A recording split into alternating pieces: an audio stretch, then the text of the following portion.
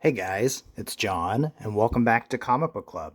If you watched my last video, you know I'm trying to figure out the way I want to format these videos going forward. I used to do Comic Book Club as just a way to show off what comics that I recently got at the comic shop, like what my recent pickups were and things I found.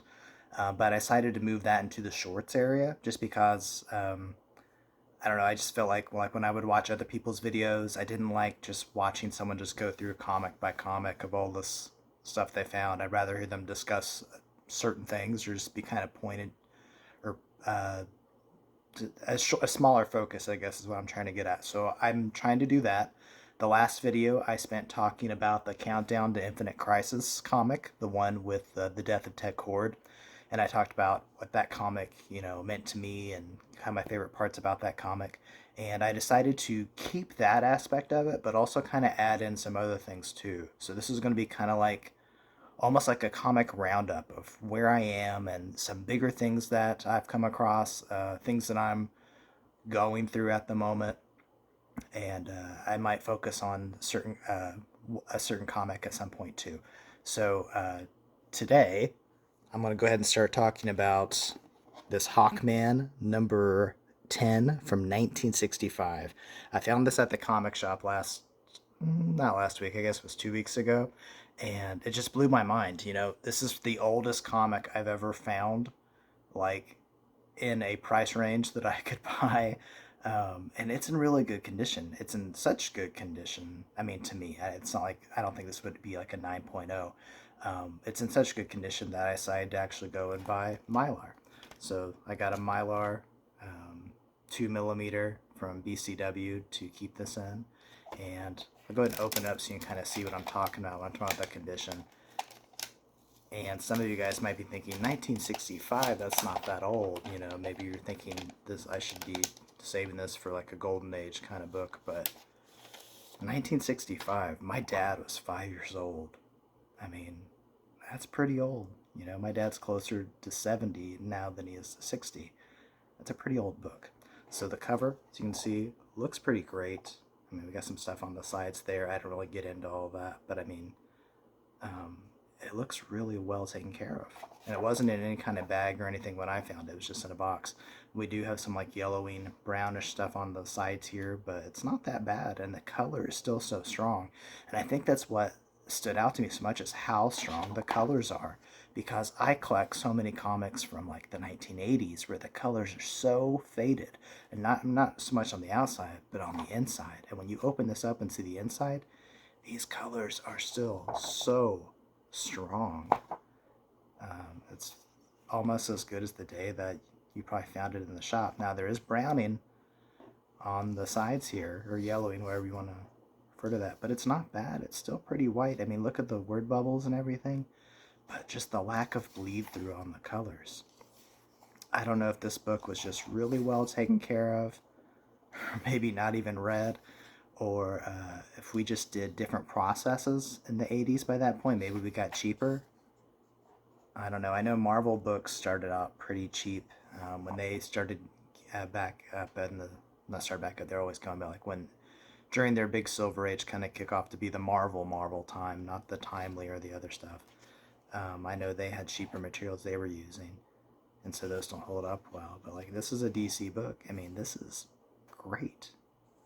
I couldn't ask for a better coloring on this. So that was really exciting for me to find. And I like Hawkman myself. I've recently started reading, I think it was last year started reading it was published, I think, after Crisis, but like it's supposed to be his like post-Crisis story. So it was the Shadow War of Hawkman, and then that Hawkman run. I think it eventually ran for 16 issues. I have, I think, 8 of them, and I read the first 5 after the Shadow War, and also read the special and the team up with Superman. I really enjoyed it. So that kind of got me into a Hawkman kick over the past year, and so finding this was really cool. And like I said, it got me into Mylars, and so I started looking through my other books and trying to figure out what else I should probably keep in a Mylar, since you can't just buy one Mylar protector. So I decided to go with this Thor that I found a couple weeks ago, The Birth and Death of Ego. This is a 70s comic, but it was still got a Silver Age sides to it, and it's an older book. And then also this Marvel double feature, the Cap and Iron Man with Red Skull. And then there were a few others, but these are the ones I just kind of found quickly to kind of show on the video here. So I am finding some, but I still have a whole lot left. But Mylar is more expensive, and you're getting less inside the package than you would for the polypropylene, the plastic bags. You get 50 versus the 100. So I mean, it's a more expensive stuff, but I mean, I still have a lot left. So it's cool to have that in case I come across more stuff that I could buy, and I could keep them better protected than the others. I mean, I don't mind the polypropylene bags for most of it, but for these, because of how old they are, and I just felt like I felt justified in going to the higher price point bags. So there's that. And then also, if you remember back when there was the Phila Lombok sale, the very most recent one that my comic shop did. They had the big, it was actually a convention they did. And when I was digging through the books there, I found these All-Star Squadron books. And like I said, I was already on kind of a Hawkman kick, and that kind of got me into a bunch of Golden Age type stuff. I started in Silver Age Hawkman stuff. I got the DC Finest of Hawkman, and I've been reading through that, which, this is in that, so it's like, why would I buy it anyways? But I mean, like I said, this is the oldest book I've ever come across in the wild. I only paid $7 for it, so for that price range and the quality and stuff, I couldn't pass it up, even though I have another way to read it.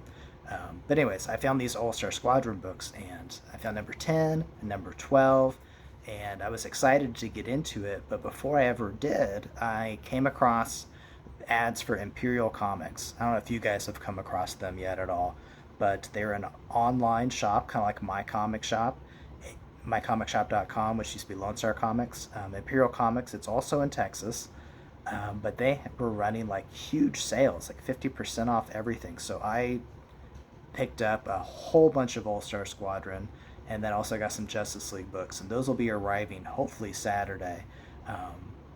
But that I just said this is kind of like where I'm at on things I'm wanting to be reading.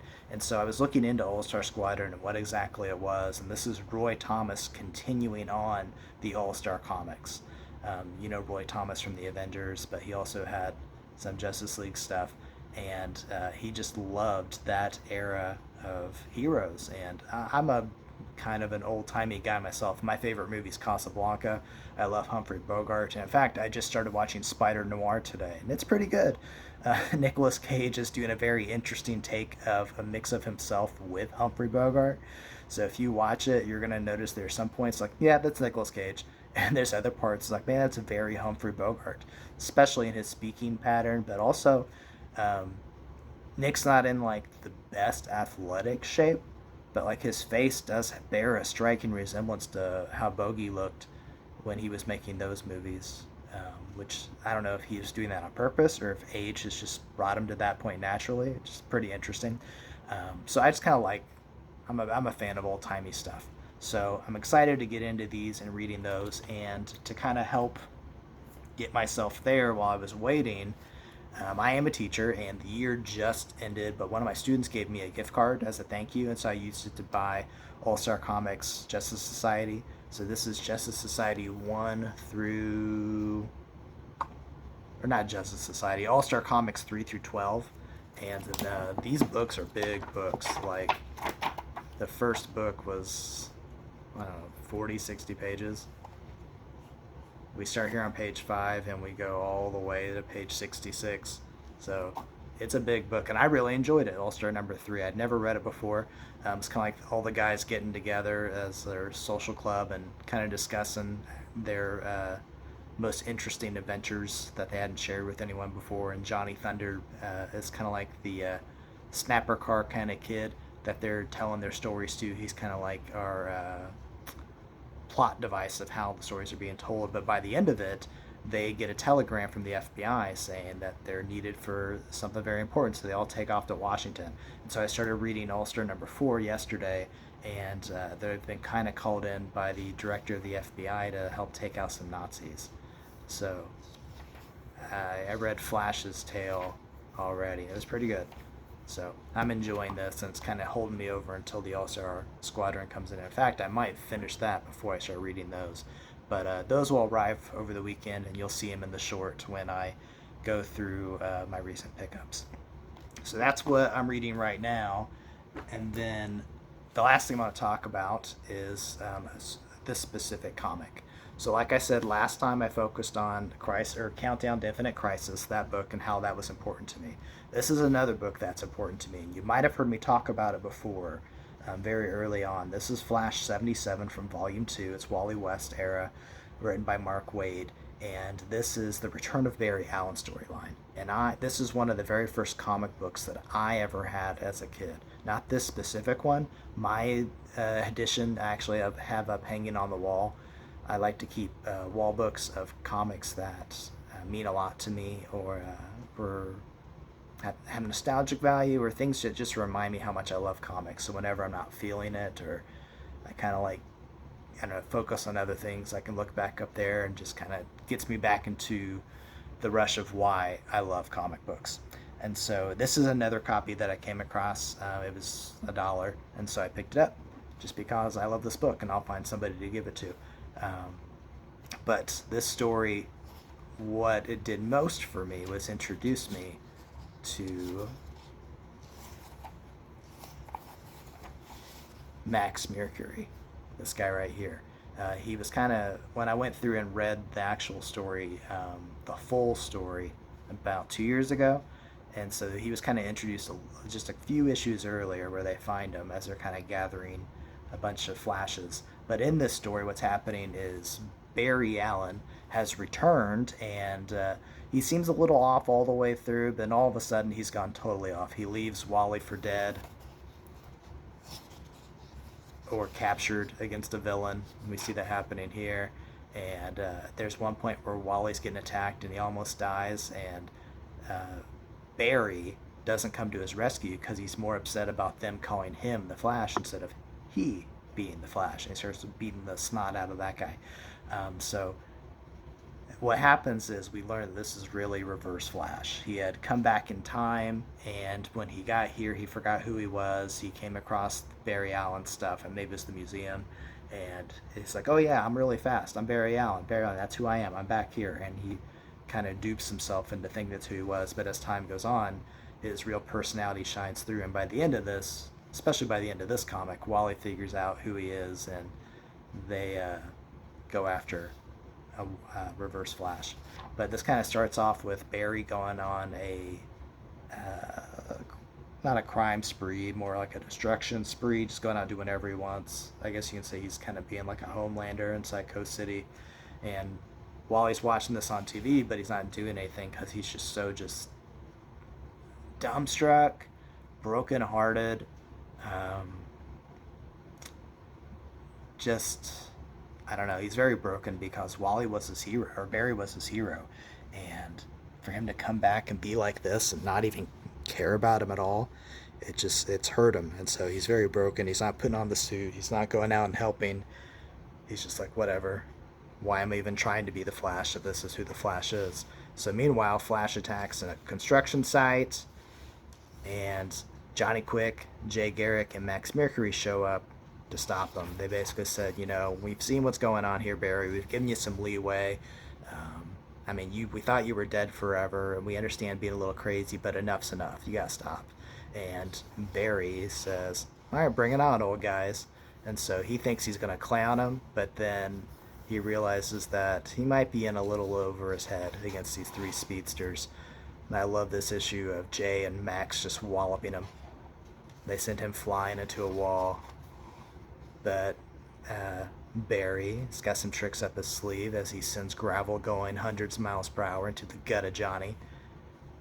So Johnny's kind of out of commission for the moment. Meanwhile, we cut back to Wally, who's walking around, and we see this kind of guy digging through trash, finding a journal with the Flash logo on it. This turns out to be the diary of Iris, his long dead uh, is his aunt Iris. I believe he's the nephew of Iris. So his aunt, she's dead, but also in the future. So this guy finds it. Wally's going to come across it eventually. But Jay is hanging out with Johnny, taking care of him. And then we see Max. And this whole 2 pages here are kind of like, this is Max Mercury. He kicks butt. Hope you like him. I feel like that was the whole point of this issue, and especially these 2 pages, and it worked wonders on me because look at this, and I love the way they portray speedster battles in this book too. So the thing about Max is he's just as Flash, but he's agile and he's smart because he's like the original speedster. That's his story here. I love this. And he's also, it's kind of like a mix of a Robin with a Flash. So you have that caped crusader, gymnast, trapeze artist kind of agility with the speed, and him swinging through, taking out Barry, quote unquote, here.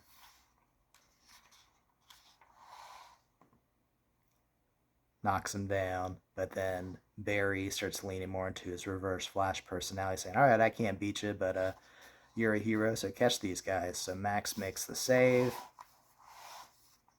Flash catches up with him, takes him out, calls him a chump. But then Jay, it's time for us. You took out Johnny. You had your chance with Max. Now you gotta go with the old bull, buddy. Meanwhile, Wally hears the guy running through the journal. He sees the cover. He grabs the journal, starts looking through it, and he realizes something. Something he probably wishes he realized earlier. Meanwhile, Jay gets knocked down but uses tornado arms to get down. The news has been covering the Flash, so they find him here and they're covering this, and you just see Barry just going into Jay. Look at that. I love the way this was done. He notices the cameras and he's like, all right, you want some news? I'm going to give you some news. Meanwhile, down at the bottom, Wally's continuing to read the journal. Flash starts going around and around the construction site, making a giant sandstorm to attack the helicopters. And he's like, you know what? I'm kind of done with you guys. See you later. And leaves Jay to kind of pick up the pieces. Meanwhile, I love the way this is being told at the bottom of the books here, or the bottom of the pages here. So Wally has found the page he's been waiting for. And you over here, he takes off. So he's going to try to stop because he realizes now who Flash is. Meanwhile, Jay's going up to save the helicopter guys, jumps to the copter, jumps out. They're outrunning the explosion. But there it is. And then we got something flying out of it. Lands here. We get bounces. Chink, chink, chink. Boom. Right at the feet of... Is that Reverse Flash? Is he still hanging out here? No, it's Wally. He's here. Even he acknowledges that he's too late. He wasn't fast enough, but he's like, those days are over. I know who I am. I'm Wally West. I am the Flash. And I'm going to bring down Barry Allen, who we're going to find out. He found out. It's Reverse Flash. So this is a great story. I love specifically this book. If you ever come across it, I encourage you to look through it and read it. The art is fantastic. This double splash of the showdown with the Flashes and Barry is wonderful. Even if you're not a Flash fan, I feel like this will tie you in. This is one of my favorite books of all time. And I don't know if that's more nostalgia or if it's because it's a good book.